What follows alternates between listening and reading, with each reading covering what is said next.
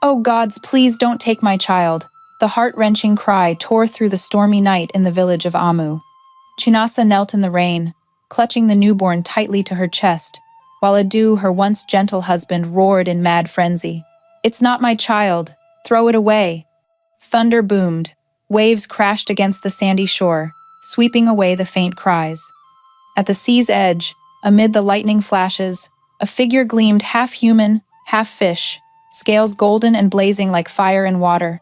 She gazed at the trembling infant and whispered with her eyes, "If humans abandon you, the sea will keep you." But would the love of the sea be enough to defy the prejudices of the land? Long ago, in an ancient African-American community by the shores of Amu, where long stretches of sand embraced the horizon and the ocean waves sang through the night, there lived a man named Adu. He was a son of earth and salt, born from winds thick with briny tang, raised amid the beat of drums and the scent of evening charcoal smoke. Adu was the hardest worker in the village, from the crack of dawn until the stars awoke. He plowed, planted, and toiled until his hands were calloused and rough. Through that effort, he became the wealthiest man, respected in every gathering of the elders. His house stood on a high mound, gazing straight out to sea where the sun poured golden honey over the waves each morning. His wife, Chinasa, was the very picture of gentleness and endurance. She was not only beautiful in a soft way, but carried a radiance that shone from her patience and kindness. The villagers loved her, for whenever they fell ill or went without, she was the first to arrive with a pot of porridge, gentle hands, and eyes that knew how to listen. When Adu married her, the whole village saw it as a union of heaven and earth. He was strength, she was compassion. The early days of marriage were a string of warm, peaceful times. Mornings, the smoke from their kitchen mingled with the sea mist. Evenings, their laughter rang out alongside the waves. When Chinasa became pregnant, Adu built a small extra room on the side of the house, with a window opening toward the east wind. He said he wanted their child to be born to the sound of the sea, because every living thing needs to hear the world's heartbeat upon arrival. Those words, she remembered forever. But life is never as smooth as a sandy beach. When the child was born, its cry was unlike any cry the village had ever heard. It was a faint sound like water receding through a conch shell, distant and haunting. The scent of salt spread through the house with the baby's breath, making Adu shudder. At first, he tried to push it aside, but every night, when the sea wind poured in, the baby cried louder, its wail blending with the waves into a strange sound that twisted his heart. The neighbors began to whisper. Some said the baby was born in the hour of the water spirit. Others claimed it carried no breath of earth, only of water. Those words dripped like cold rain, falling into Adu's heart and crystallizing into fear. He gradually distanced himself from his wife, silently eyeing the tiny child with suspicion. Chinasa, though she heard it all, still held her baby close, believing that if love was big enough, every doubt would melt like morning mist. Then one night, the sky cracked open. Wind howled like a wild beast. Rain shredded the darkness into silver scraps. The sea surged onto the shore, swirling around palm trunks, wind whipping sand into blinding clouds. Inside the swaying house, Adu stood staring at the baby in its cradle, the tiny face reflecting the blue-gray lightning. Its cry merged with thunder into a frenzied song. And in that brief moment when reason slips away, Adu heard something in the cry like a curse. He lifted the child, breath heavy, eyes bloodshot from sleeplessness and terror. Chinasa ran after him, tears mixing with rain, her voice swallowed by the wind. They stepped outside, where darkness held only flashes of lightning. The storm raged overhead. Adu walked straight to the shore, feet sinking in mud, shoulders straining against the gusts. The sea roared as if angry with mankind. At the water's edge, he stopped. Rain lashed their backs, cold as stone. The baby curled up, crying weakly. In one instant, lightning ripped across, illuminating Adu's face, a face twisted into pain and madness. He let go. The tiny body fell, striking the foaming waves. Chinasa screamed, the sound lost in the storm. She collapsed to her knees, claws scraping the water, trying to grasp what was gone, but the waves had carried it far. Adu turned away, his face pale as death, silent as sand after a lightning strike. The sea swallowed the final cry, but the moment they left the shore, a thin golden light flickered among the boiling waves. From beneath the black water, a form slowly emerged, half human, half fish, long hair flowing like shimmering seaweed. Every movement made the sea surface glow as if inlaid with gold. Her eyes opened wide, reflecting the stormy sky, reflecting the image of the baby sinking deeper. She shot upward, swift as a lightning streak, arms encircling the child. The water was icy, but in her embrace, the baby stopped crying. A faint hum rang out, not a song, but light radiating from her scales, golden and blazing like 1,000 tiny suns blooming in the midnight sea. The mermaid lifted the baby to the surface, salty breath mingling with rain, her eyes glistening as if swearing to the storm. From now on, this life belongs to the sea. She knew the cost of her act. Below, black waves swirled, echoing the ancient voice of the ocean, a language only she understood. If you raise a human, you will lose your song forever. But the baby's gaze made her heart tremble. Amid the thunder, she pressed her lips to its forehead, whispering with her eyes, not words. In that instant, her voice vanished. In its place came silence, radiant, golden silence, like a song without sound. The next morning, the storm had passed. Village Amu was left with streaked sand, collapsed roofs, and a husband and wife sitting silently on the shore, eyes blurred with exhaustion and regret. They did not know that far out at sea, a little life breathed softly in the arms of a voiceless mermaid. Sunlight poured down on the water, reflecting off golden scales, and in that light, there seemed to be a very faint lullaby, the sea's lullaby for those abandoned yet still loved. And before we continue with the main story, don't forget to subscribe to the channel and like the video. Oh, and don't forget to comment below where you're watching us from. We'd love to know. Deep beneath the sea where light rarely reaches, Niana lived alone amid an ancient coral forest. The water there was so clear that her shadow reflected faintly on the rocks, her golden scales along her body creating a soft halo that drifted with every breath. When she moved, the seawater seemed to change color, tinged with hints of honey and molten copper. She was one of the few mermaids left from the time when humans and the sea still knew how to listen to each other. Her ancestors had told her that back then, people on the shore would send prayers down to the sea, and the sea would answer with gentle waves. But over time, humans forgot how to speak with water. They built walls to block the flow, fished without rest, and filled streams with sand. From then on, the sea withdrew its words, leaving only souls like Niana to carry the memories of the past. When she was young, she had sung to the whales. Niana's voice could make schools of fish forget their fear, cause coral to bloom, and calm the sea like a mirror. But since that stormy night, after pulling the baby from the depths, that voice never returned. Every time she tried to sing, only light from her golden scales flickered around her, as if the sea had turned her song into a glow, to remind her of the price of compassion. The child she saved was wrapped in a soft piece of seaweed. Thin hair clung to its forehead, skin pale, breath so faint it seemed one more wave could snuff it out. Niana held it in her arms, feeling the tiny warmth spread into her own skin, a sensation she hadn't known for centuries. She swam to a safe place, through limestone ridges where glowing algae painted shimmering green streaks on the water's ceiling. There, she built the child a cradle from hollow shells, placing it among the blazing golden coral. When the child breathed steadily, the sea's light seemed warmer. Each day, Niana surfaced near the water to catch the first rays of sun, bringing them down for the baby. She couldn't sing lullabies, so she used her hands to draw on the water, letting the waves tell the song instead. Tiny bubbles rose, popping into the faintest sounds, like a dream lullaby.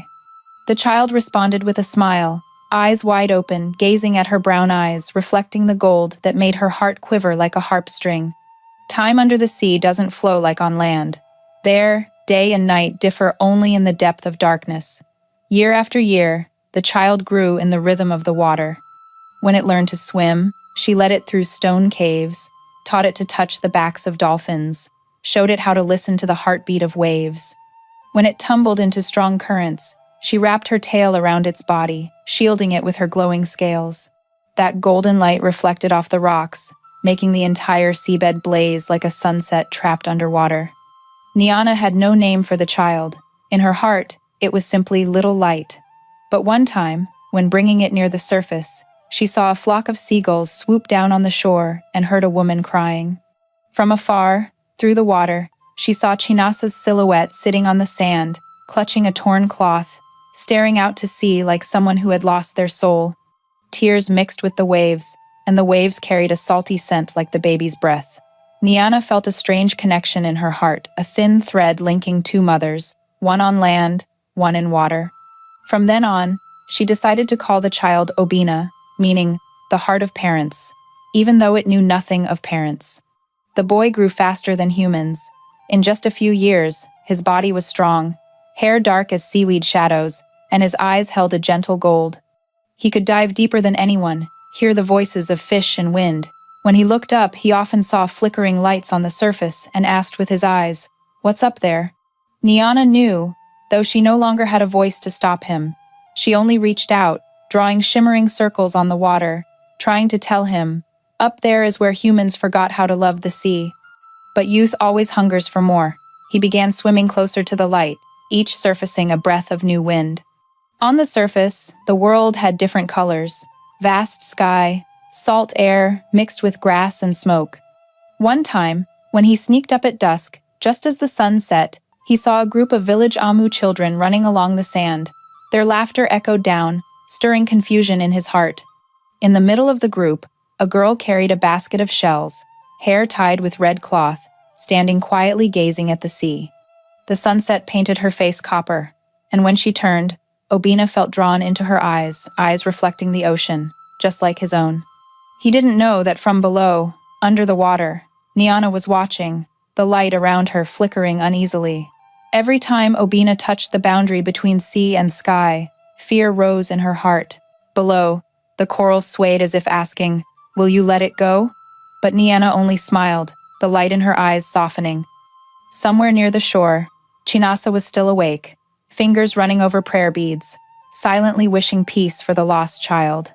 Both mothers, two hearts in two worlds, turned toward one single life, a child beginning to hear both the voice of the sea and the wind, and who would soon have to choose its own path.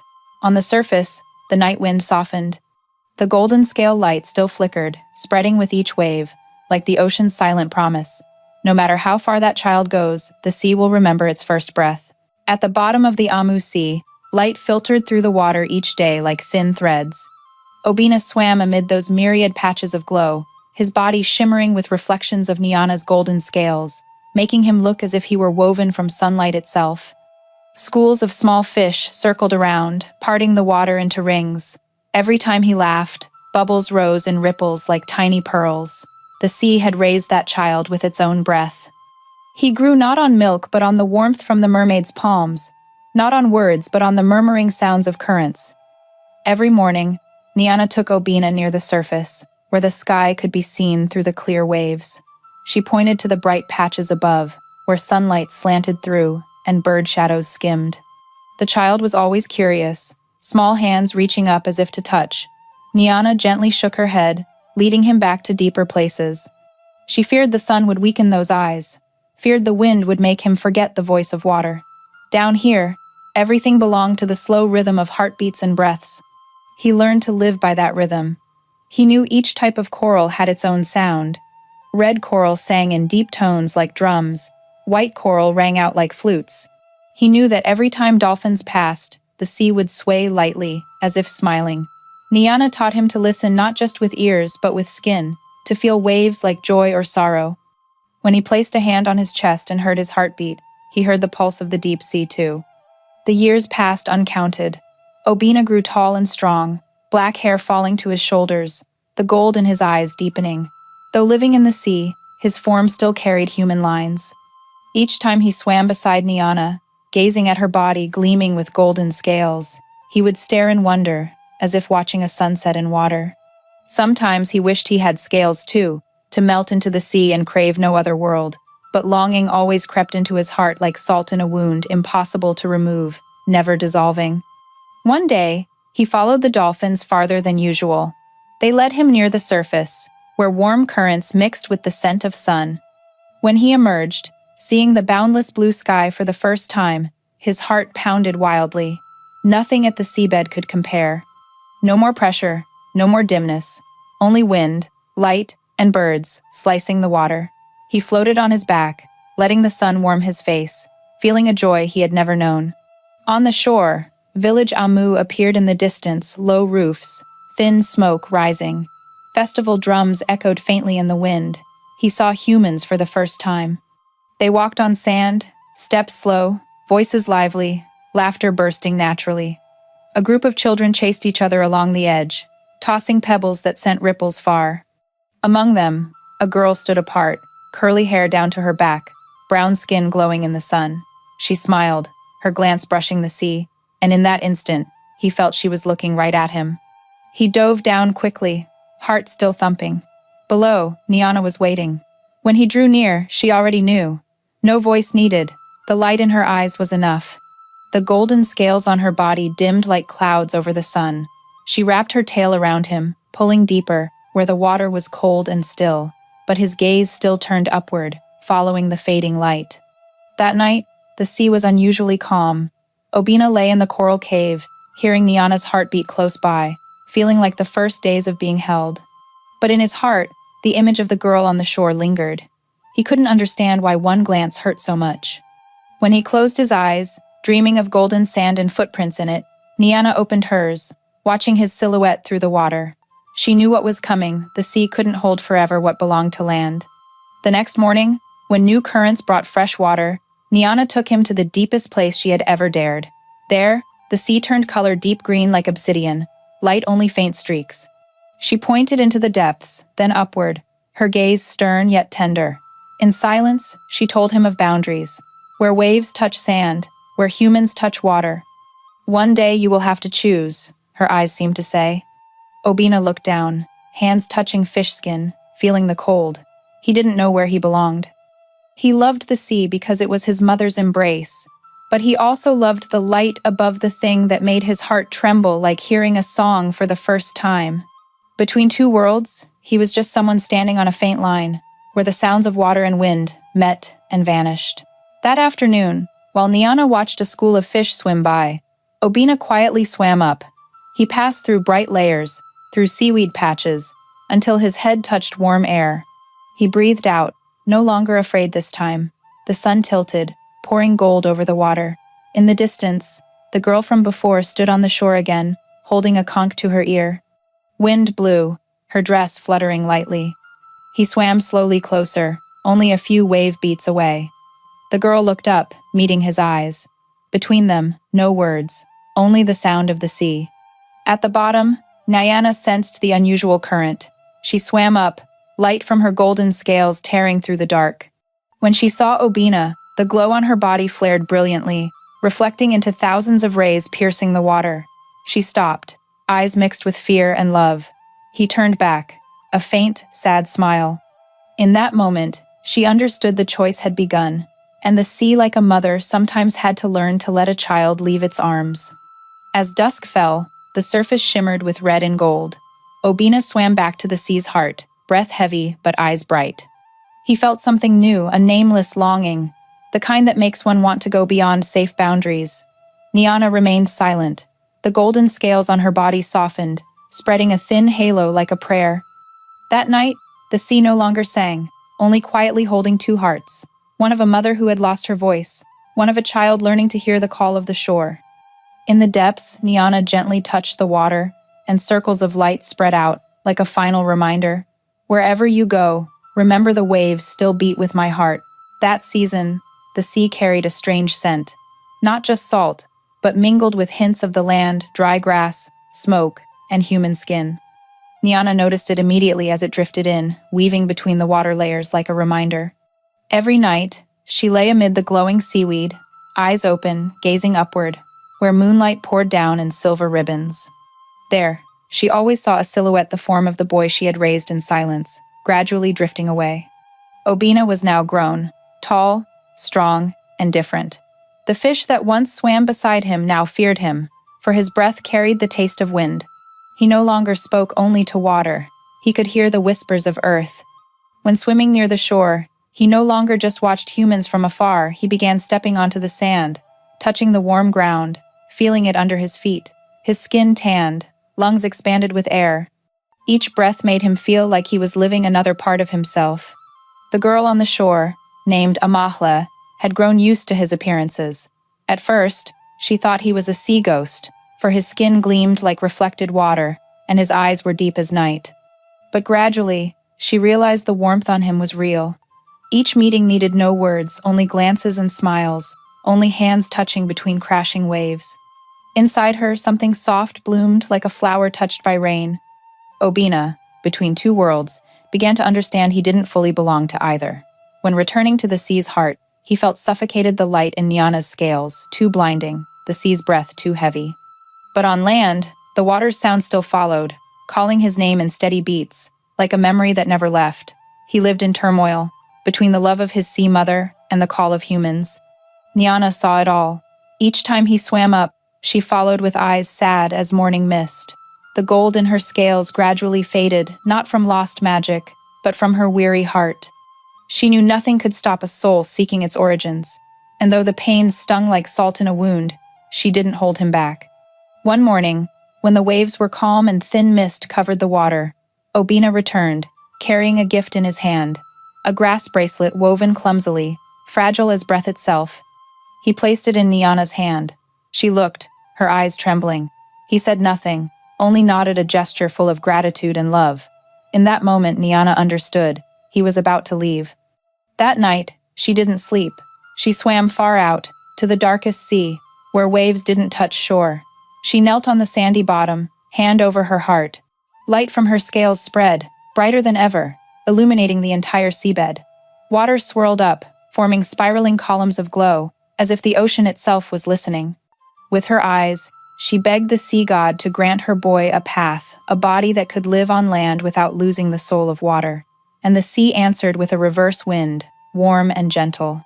At dawn, the seawater rushed to shore in strange waves.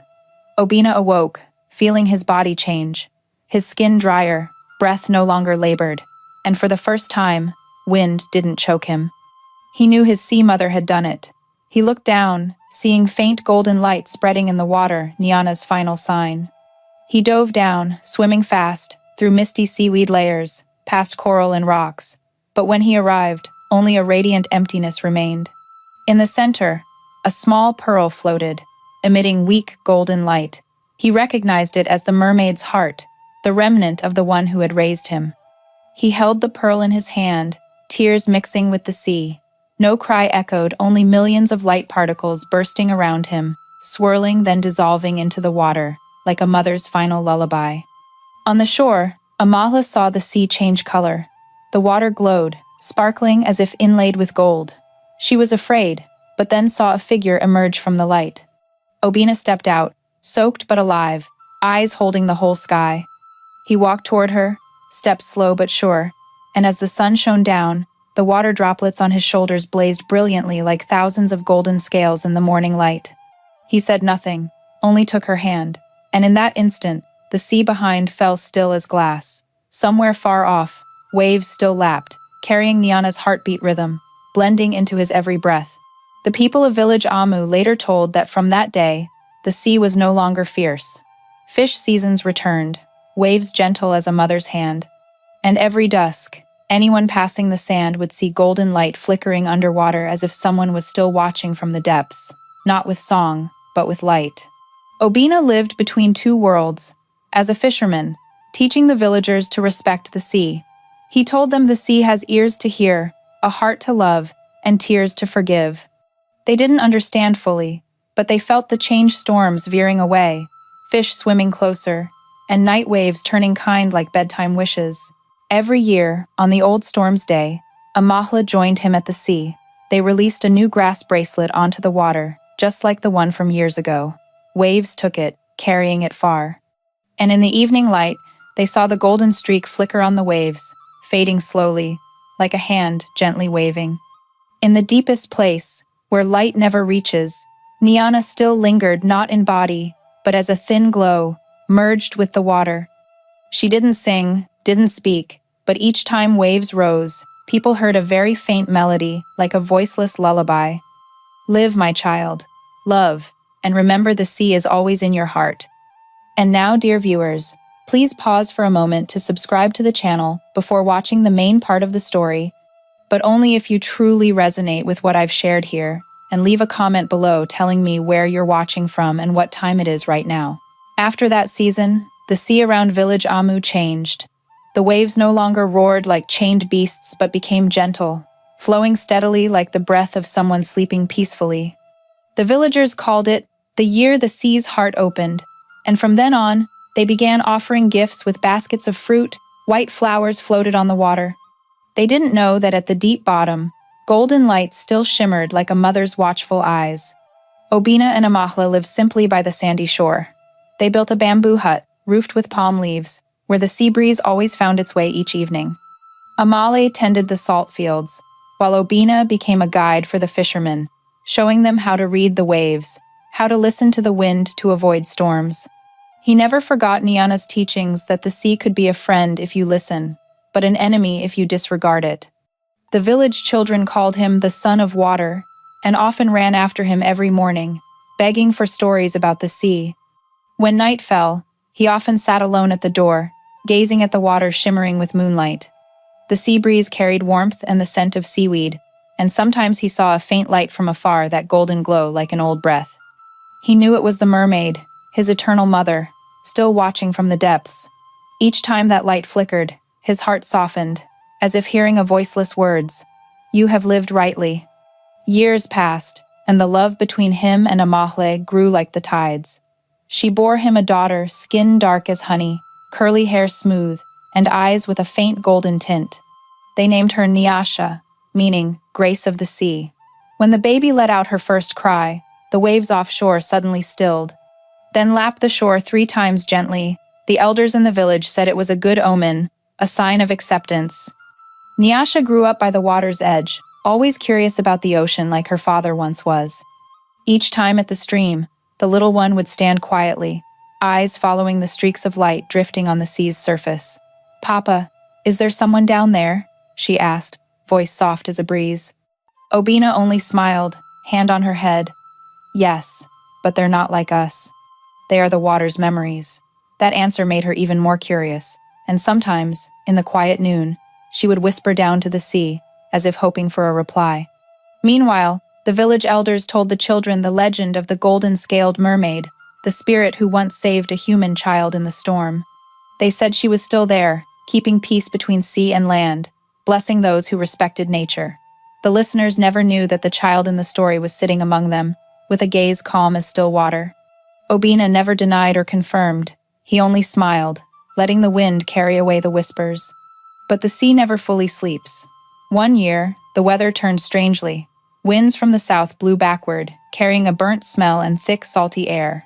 That night, the sea turned pitch black, waves rising like high walls, then crashing onto the shore. The villagers panicked and fled, carrying baskets of fish not yet dried.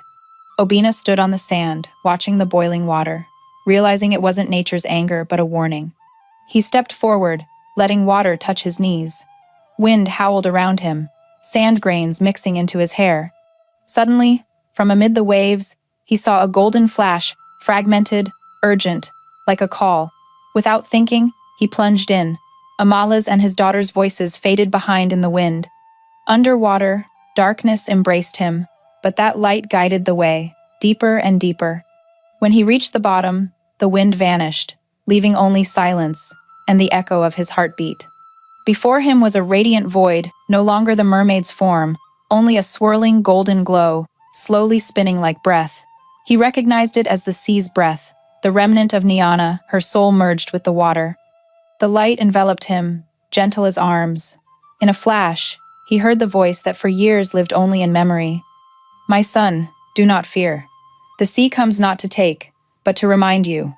Keep humans loving the waves, as you love me." Water flowed around him, carrying warmth and profound peace. When he surfaced, the sky had cleared. Waves subsided, the sea calm, as if never enraged. The villagers saw him emerge, soaked but with golden light radiating from his skin. In their eyes, it was a miracle.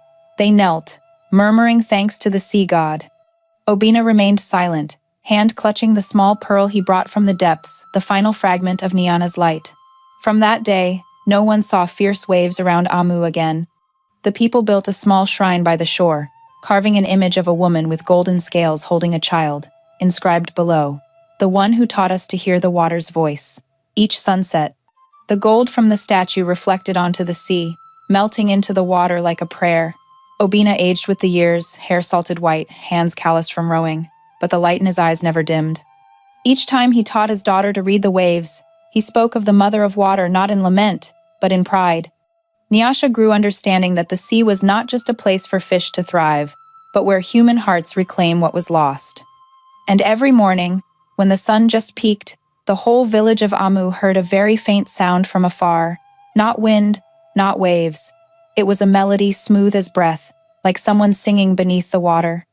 Those who knew smiled, for they understood. The golden-scaled mermaid had never left. She was just continuing to sing, so sea and land would remember. Love, once sown with compassion, lives longer than any storm. Time flows, like the tides receding, then rising again. In village Amu, the memory of the golden-scaled mermaid became legend, retold on bright moonlit nights when children gathered around the fire, and elders nodded. Speaking of the mother of water, they said that whenever moonlight spilled onto the sea's surface, that thin golden light still swirled around, audible if your heart was quiet enough. Obina had grown old, his hair now like salt, but his posture straight as the ironwood tree by the shore. Every morning he went to the sea, no longer to fish, but just to touch the water's surface, whisper something, then smile. People thought he was talking to himself, but Amala knew he was still speaking to the sea, to the mother who had dissolved into water. Each time, the wind softened, waves lowered as if listening. His daughter Nyasha was now a young woman. Her eyes held the same brown, tinged with gold as her father's in his youth, and on her brown skin, a faint glow appeared whenever rain was near. In her veins, water and earth blended as one, the blood of the sea. From childhood, Nyasha had a strange ability. When standing near the shore, fish would swim around her feet, and the water seemed to know her name. The villagers called her the mermaid's mark, the child the sea had returned to humans. One summer night, under a full moon hanging high, the sea suddenly changed color. From afar, the horizon blazed with cold blue fire. The waves no longer gentle but trembling, as if summoned by something greater. Obina stepped out of the hut, eyes cloudy but sharp as if hearing a distant echo. He recognized it. The sea was stirring. Not in anger, but in pain. "My child," he called softly, "something is awakening." Nyasha ran out, curly hair tousled in the wind. She saw the water glowing, light not from the moon but from the depths like the golden scales of old. Her heart pounded, intuition flooding her blood. Father and daughter rowed out to sea, where the water was thicker, heavier. Reverse winds splashed cold droplets. When they reached the bay's center, they stopped. The water began to swirl, and from the glowing current, a form slowly emerged. Not human, not fish, but a stream of golden light twisting, like breathtaking shape. It had no face, but the voice spread through every droplet, soft as a lullaby. "My child, you have lived as the sea instructed, but the sea is wounded again." Obina knelt, breath ragged. He understood. This season, people from the neighboring village had poured out to sea, using huge nets to sweep the seabed, leaving behind dead fish and broken coral. The water murky, oil scent everywhere. The sea's soul was being drained by humans. He bowed his head, tears mixing with salt. "I taught them, but perhaps not enough." The light touched Nyasha's forehead. She shuddered. In that moment, she heard everything. Fish cries, seaweed shrieks, cracking stones. The sea spoke to her in thousands of sobs. And in those sobs, she recognized her own voice, for she carried the same blood. The mermaid, the soul of Nyana, continued. "Once more, the sea needs a listener, but not me, you." As the voice faded, the golden light flooded the surface, then sank into Nyasha's skin. Her body burned hot, light spreading like sunlight in breath. Obina looked at his daughter, heart both fearful and proud. He knew it was destiny. His daughter would follow the Sea Mother, becoming the new bridge between two worlds. In the days after, Nyasha began to change. She heard the waves call in her sleep, saw herself drifting among mist-covered coral reefs. When touching water, thin golden scales like mist appeared on her wrists, vanishing when she left the sea. She told no one, not even Amale, only quietly went to the shore each dawn, dipping her hand and whispering. People said since she did that, the water cleared, fish returned near the shore. Obina weakened with the years, but his mind stayed sharp. Before passing, he called Nyasha to his bedside, giving her the old pearl, the heart of Nyana he had kept all his life. "My daughter," he said, voice faint but firm, "your blood carries two worlds. Use it to keep them from ever drifting apart." When he closed his eyes, wind blew strong. Waves lapped the shore 3 times as before. The whole village heard it and knew the son of water had returned to the sea. Nyasha stood before the water, hand clutching the pearl, feeling warmth pulse like a heartbeat. The sky brightened, first golden light shining down, reflecting on her face. She stepped into the sea, water parting for each footfall. When it reached her waist, she stopped, looking up at the sun. A surge of light rose from the depths, merging with the dawn. For the first time, she heard the song not from any mouth but from her own heart. It was Nyana's voice, Obina's, the sea's, all souls dissolved into water. She sang in response, and the sea's surface vibrated that resonance, carrying human breath and water breath, weaving a song linking two worlds. From then on, people said whenever rain fell on the Amu Sea, waves would sing, and among the droplets, the keen-eyed would see golden light drifting lightly. They said it was Nyasha, child of both sea and land, watching so the two worlds never forgot each other. On the shore, the shrine to the golden-scaled mermaid still stood, roof covered in seaweed and salt. Children brought flowers to offer, elders lit incense, whispering, "Let human hearts and the sea breathe in unison." And each time, the wind blew gently, carrying a distant melody, not waves, not human, but the call of the water's surface, tender, endless, like a mother's love that never vanished. Dawn over the Amu Sea that year arrived in a soft golden hue, like a silk ribbon falling from the sky's hand. The waves were gentle as the breath of someone sleeping, lightly lapping the sand, dissolving into tiny, sparkling grains. Beneath that light, Nyasha stood still, hair wet, wind pressing her dress against her body. She felt the sea's pulse merge with her heartbeat, each swell, murmuring whispers, calling her name in an ancient language only her blood understood. Since her father's passing, she no longer feared the sea. Each time water touched her feet, it felt like being held again in the warm arms of two mothers, the mother of land and the mother of water. That day, the villagers gathered on the shore for a memorial rite for Obina. They set up a small altar of ebony wood, draped in white cloth, placing on it the grass bracelet and the golden pearl Nyasha had brought. When sunlight hit the pearl, the nearby water glowed too, waves bowing as if in reverence. Everyone fell silent, no words spoken, but they all sensed something sacred present. A child suddenly giggled and pointed. "Look, the sea is smiling." And indeed, the waveline curved like a mother's soft smile. From that day on, Nyasha became someone the whole village respected. They believed she kept the promise between sea and land, the ears of water. Whenever someone went out to sea, they came to her, placing a hand on her shoulder for safe passage. Each storm season, the villagers gathered on the shore, listening to her sing a wordless song, just long humming notes like wind gliding over a drum. Each time she sang, the sea calmed, winds shifted, storms dissolved far offshore. But deep inside, Nyasha knew that power wasn't hers alone. It was the heartbeat of generations past, flowing in her blood, the sea's breath she was merely turning into sound. Still, sometimes she felt an emptiness, a nameless longing. On bright moonlit nights, she went to the shore, sitting gazing at the calm water and wondering, "Do you still hear me, Mother Nyana?" One night, under a full moon like a copper disc and the sea gleaming like inlaid silver, she heard a strange sound, not waves, but a deep, weary sigh. She stepped farther out, water up to her waist. Moonlight reflected in her eyes, pupils widening, heart racing. From the water's heart, a ribbon of light twisted upward, golden but not bright, soft as breath. In that stream, a face slowly formed, not sharp but familiar, gaze tender like the day Nyana held Obina close. She heard no voice, but felt the message. "My blood still flows in you, but the sea is changing. Humans are forgetting how to speak with water. If no one reminds them, the sea will lose its song."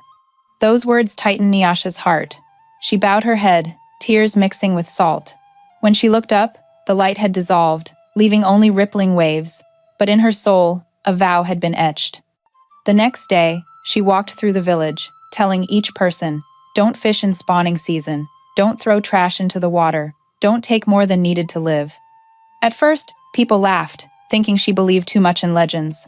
But then, when nets came back empty, dead fish floated white along the shore, everyone remembered her words. They came to her, asking how to appease the sea's anger. Nyasha led them to the shore, telling them to be silent and listen.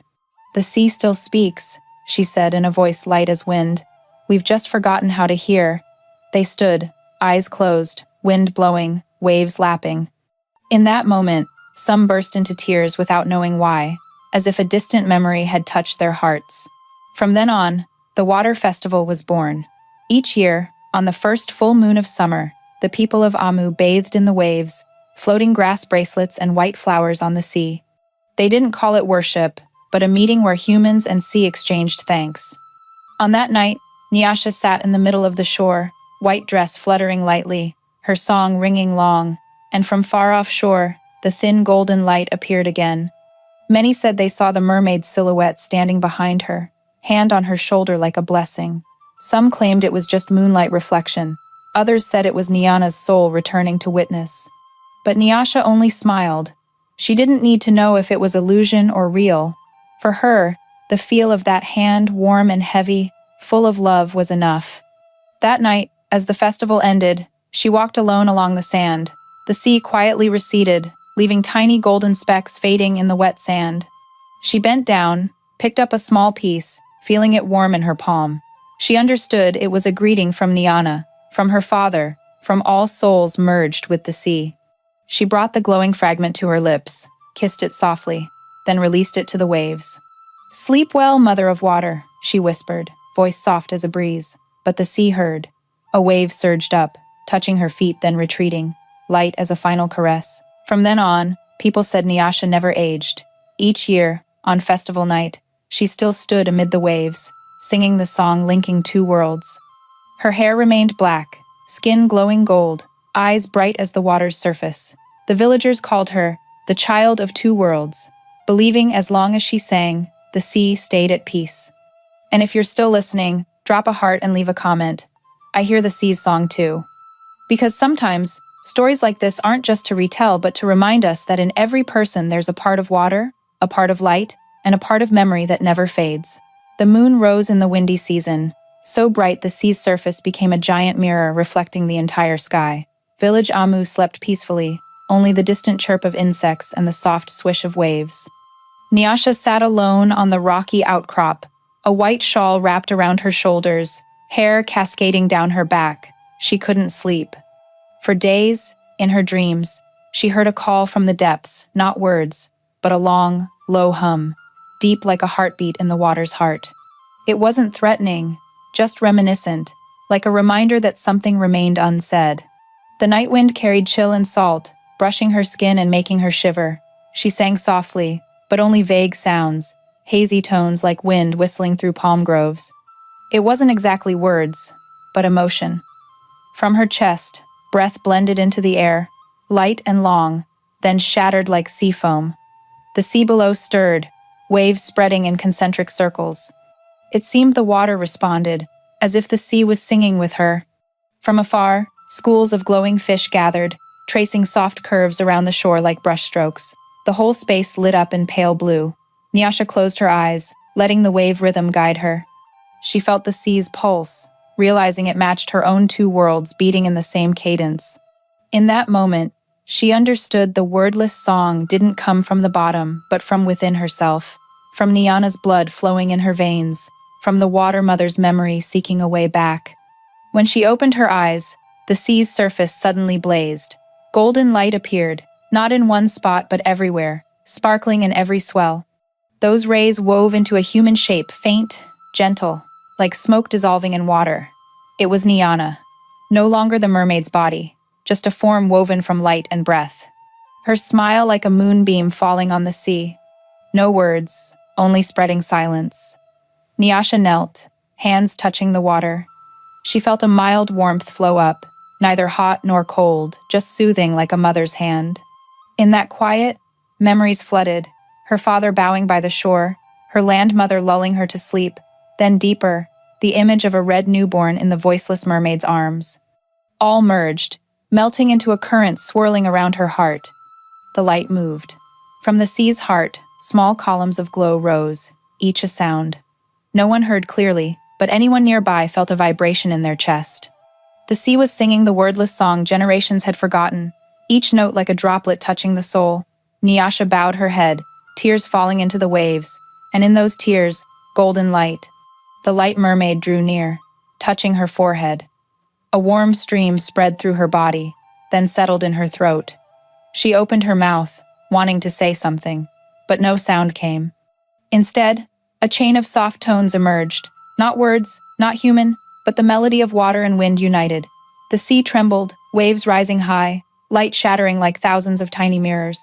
She sang, and the ocean answered. From the shore, village Amu woke to the strange light. They ran out, standing silently watching the sea blaze in the night. On the outcrop, Nyasha was singing, dress billowing, body surrounded by a golden halo. Elders whispered, "The mermaid has returned," but the young recognized it wasn't Nyana, but Nyasha, flesh and blood, human skin, yet her voice carrying the sea's tone. When the song ended, the water fell still. The golden light gathered, coiling into a thin ribbon, then dissolving into her heart. Nyasha collapsed, breathing hard, sweat and salt mingling on her forehead. Villagers rushed over, lifting her up. She opened her eyes, gaze still bright. No one asked, only silence. They understood that night. Something had been passed on, not in words, but in breath. From that day, the Amu Sea was never fierce again. Fish returned in abundance, seaweed grew green, and children swam near the shore. Villagers said whenever rain was coming, they heard a faint song from afar, the wordless melody Nyasha had sung under the moon. They called it the Song of Water, the tune keeping peace for the seas. Nyasha didn't claim to be a god or fairy. She only said, "I sing because I remember." Each sunset, she went to the shore, watching waves recede then surge, and quietly released light notes like breath. Children sat around, listening without understanding, but feeling their hearts lighten.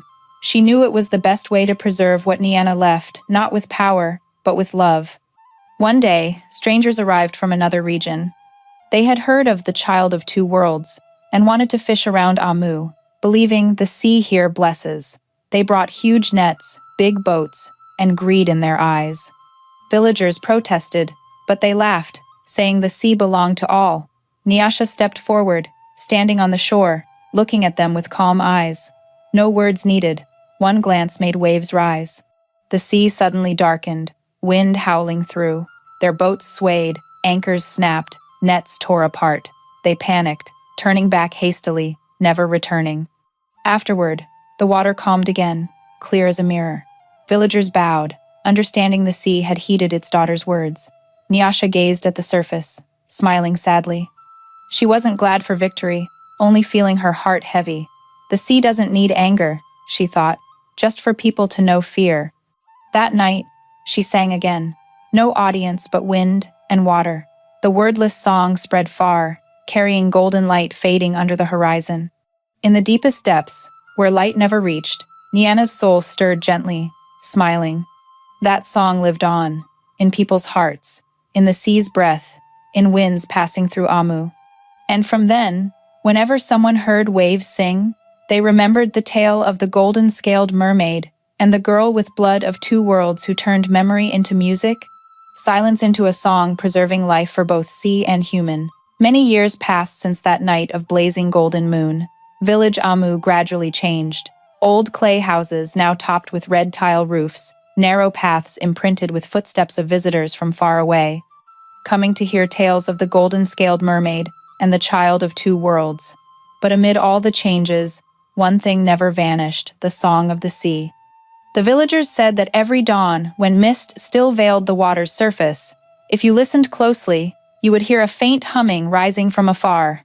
It was the sea's greeting, also Nyasha's breath. She no longer appeared in the market or on the sandy shore as before, but no one thought she had left. People said she had melted into the water, becoming the soul of the waves, living with every tidal rhythm. From that day, the Amu Sea grew gentle. Fish returned year-round, seaweed green as silk. Small boats went out and returned safely. The villagers saw it as a blessing and built a temple by the shore, not too large, just enough for wind to pass through. Inside stood a relief carving of a woman with long hair and golden scales glowing like the sun. At the statue's base, handwritten words, "Never forget to listen." That tradition became the region's grandest festival. Each year, on the first full moon of summer, people from surrounding villages gathered in Amu. They brought flowers, instruments, drums, and clay lanterns lit with coconut oil. Children ran on the sand, holding leaf bracelets, while adults lined the shore, facing the sea. When the moon rose from the water, everyone fell silent. A young woman was chosen, usually the one with the clearest voice in the village, stepped forward, floated white flowers on the waves, and sang the song of the sea, the melody Nyasha had left behind.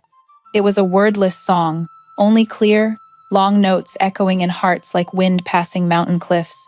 As the young woman sang, others softly beat drums, blending with the wave rhythm. No one spoke, no one prayed. The rite wasn't to ask, but to remember. Remember the mother who sacrificed her voice to save a life. Remember the girl who turned silence into the language of compassion. Occasionally, on such nights, the sea suddenly flickered with pale golden light. The glow wasn't strong, just enough to illuminate the waves, making the water shimmer like honey. People didn't fear it but bowed their heads. They believed it was a sign the mermaid and the sea's child were still listening, still protecting them. The story of Amu spread far to big cities where African Americans built tall houses, drove on asphalt roads, and heard waves only in memory. They retold it to their children on sweltering summer nights, as a timeless lesson. If you forget to listen, you will lose yourself. The tale passed through generations, from village wooden drums to jazz on street corners, but its spirit remained unchanged. That love, compassion, and respect for nature are the threads connecting humans to the deepest things. One day, a group of young researchers came to Amu. They wanted to study the strange ecological effect keeping these waters pristine despite climate change. They brought machines, test tubes, and skeptical eyes. But at night, sitting on the shore with villagers hearing the song of the sea, a girl in the group suddenly burst into tears. She didn't know why. Only that when the sound rose, her heart ached as if remembering something from far away. After the rite, she met the elderly village chief, asking if the sea truly listened. He smiled, wrinkled hand holding hers. "Not just the sea, child.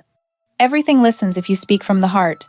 From then, the researchers didn't just take water samples but began recording waves, wind, even seemingly meaningless sounds. One wrote in their journal, "Perhaps what keeps these waters pure isn't science, but the longing still alive in people's hearts." Time flowed on. 10, 20, 50 years. Village Amu became a symbol of harmony between humans and nature. Children were taught the sea wasn't just a livelihood but a friend. Every child at 10 learned wave listening, a simple yet sacred exercise.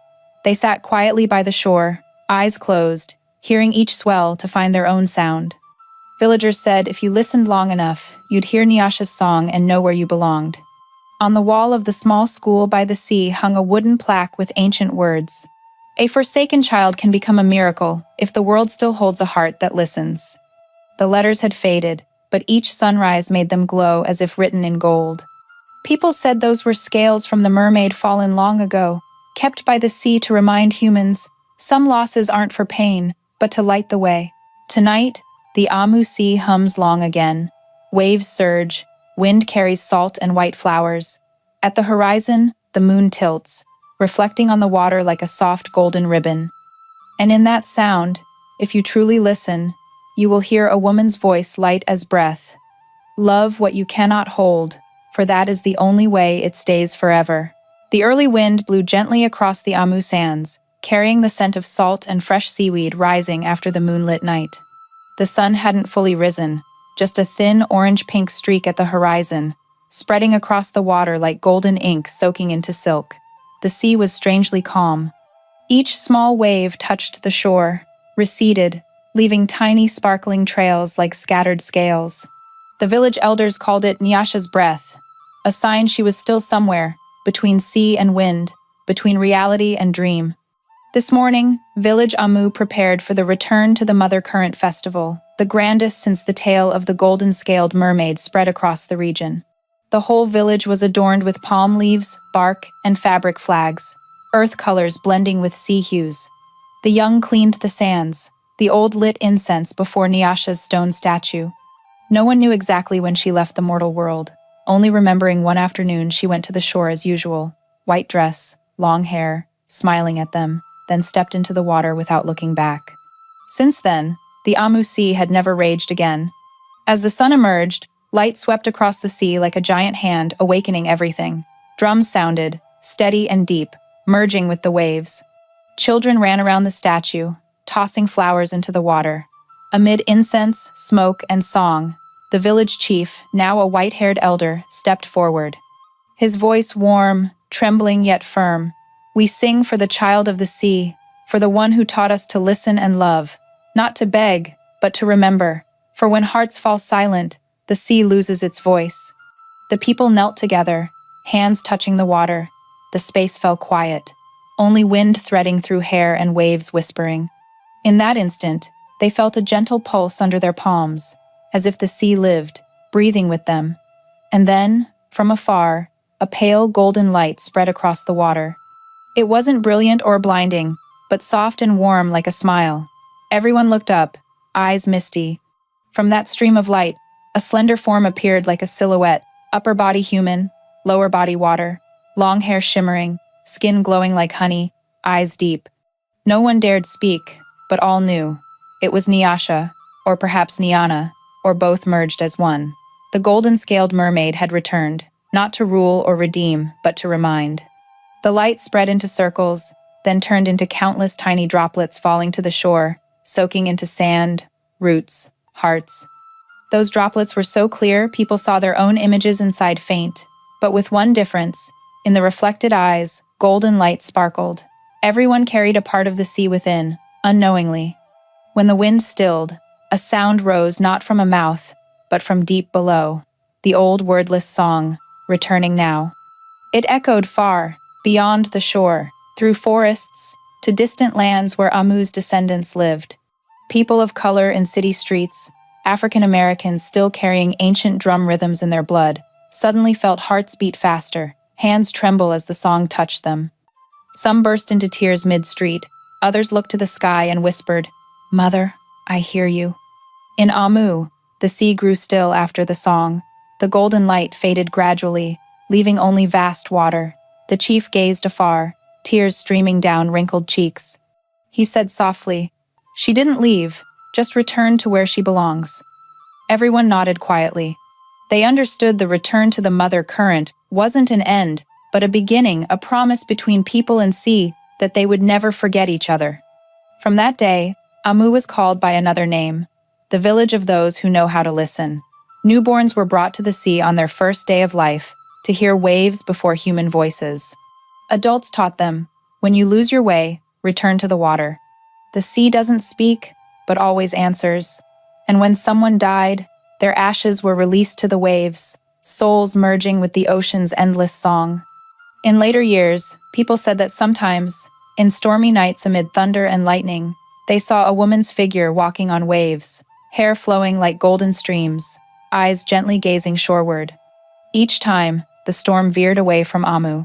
They said it was Nyasha, or Nyana, it no longer mattered.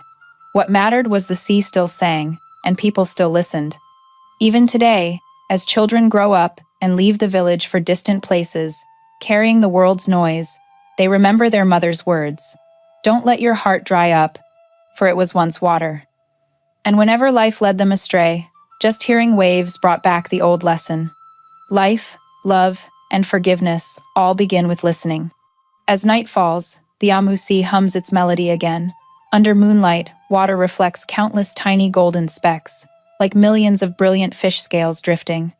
And if you stand there, silent, eyes closed, you will feel warmth spreading around your chest, hearing a faint song in the wind.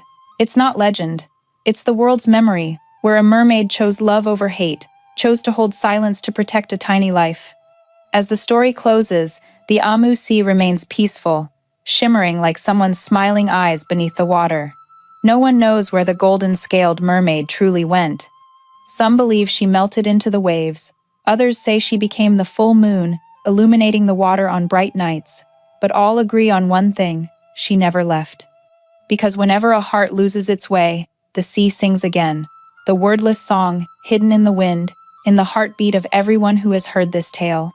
It reminds, don't forget to love, don't forget to forgive, don't forget to listen, for when we know how to listen, the world listens back to us. The story of the abandoned child, the voiceless mermaid, and the girl with blood of two worlds is more than legend. It's a reminder from ancestors, from the ocean, that life always finds its way back to kindness. If you're hearing these words, take a second to close your eyes. Listen, aren't the waves singing in your heart too?